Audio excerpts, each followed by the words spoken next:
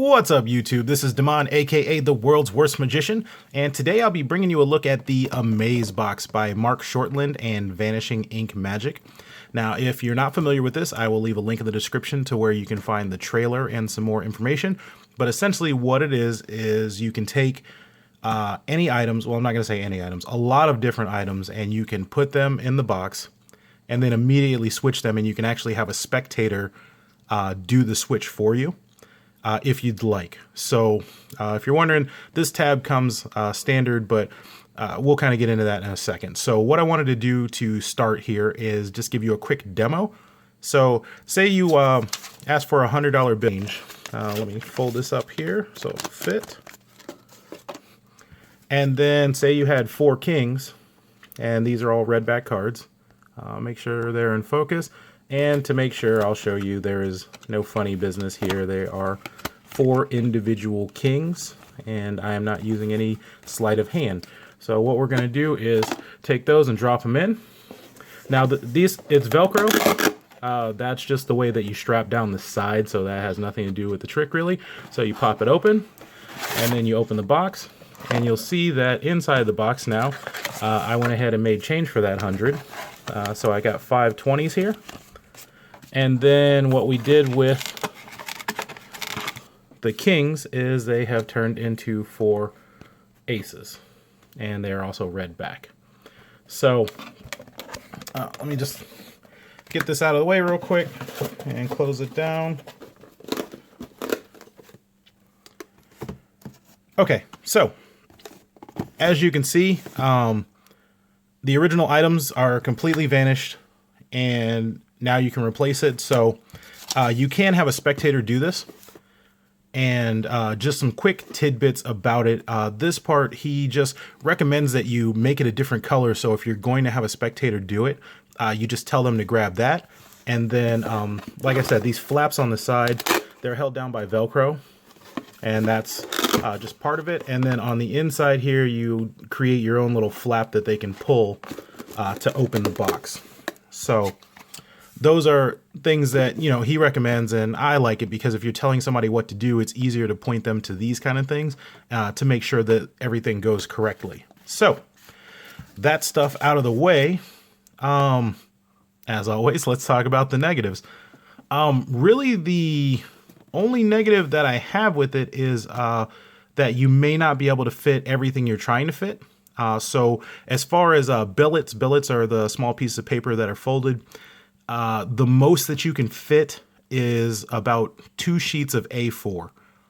So if you're not familiar with A4, you know, it's the standard size, maybe a little bit bigger paper, but you could cut that up into billets, and then you could fit 2 entire sheets of that in here, plus whatever you're changing it into. So really, that's the only thing. And I mean, you're not super limited, but you can see, you know, if I hold it here and put my hand next to it, you can tell how big this box is. I'll put my hand over the top.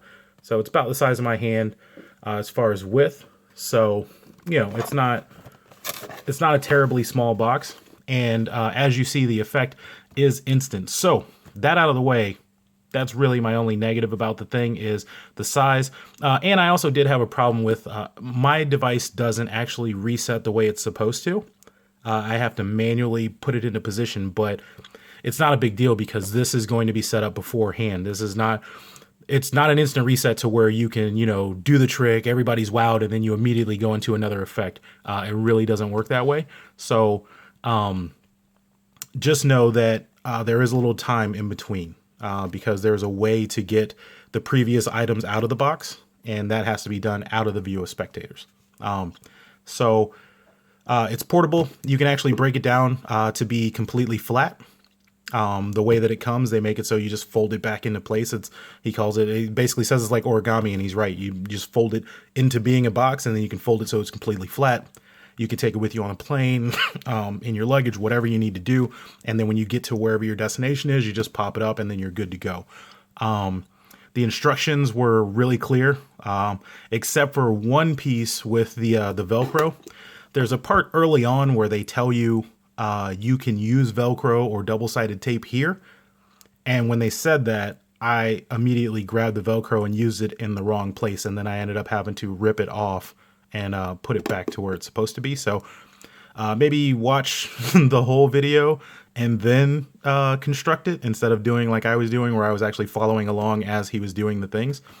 But yeah, other than that, it's really clear. It's a really simple trick to do. And like I said, you can have a spectator do this, or you can do it yourself. And it's not a problem. You know, having a spectator do it is just more, you know, it's easier to make the crowd believe that magic just happened. So, that's basically all I have for it. There's really no angle problems or anything like that, because your opening is so fast. Here, I did turn the box and make sure that I'm not flashing anything to give away the method, but in person, this is going to happen so quick that you don't have to worry about that at all.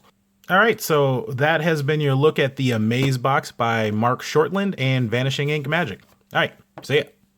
Well, I hope you liked that review. And if you have any questions, magic tricks, or decks that you want to see reviewed, go ahead and leave a comment down below, and I will get back to you as soon as possible. As always, I would greatly appreciate it if you would click that like button and subscribe for any future reviews. All right, see ya.